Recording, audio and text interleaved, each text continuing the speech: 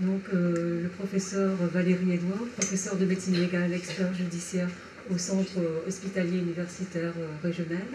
Et donc Annie Bécard, donc odontologiste, médico-légal et expert judiciaire également. Merci donc d'être ce soir avec nous pour assister à cette belle rencontre. Et alors ce que nous allons faire, c'est qu'on va vous expliquer un petit peu comment on procède.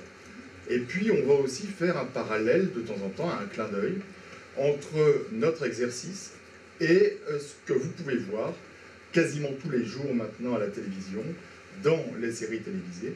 Et puis ma collègue reprendra ce que vous pouvez lire quasiment tous les jours, eh bien, dans les robots. Donc ce qu'on peut faire, même si on ne peut pas parler des conclusions de l'autopsie, même si on ne peut pas montrer le corps à la famille avant l'autopsie, on peut toujours rassurer sur la manière dont l'autopsie va être pratiquée. C'est ainsi que les insectes dits nécrophages pondent très vite sur le cadavre et y déposent très vite des œufs. Les larves éclosent et se multiplient assez vite. Lorsque l'on va sur les lieux de découverte d'un cadavre, lorsqu'il y a effectivement des insectes sur le cadavre, eh bien, on va les récupérer avec grand soin pour les confier à la entomologiste qui va les mettre en élevage. Je voulais savoir si, en demandant au magistrat, puisque vous avez dit tout à l'heure que le résultat de l'autopsie allait au magistrat, est-ce que la famille peut avoir accès à ce document? Alors, bien sûr que oui. Bien sûr que oui.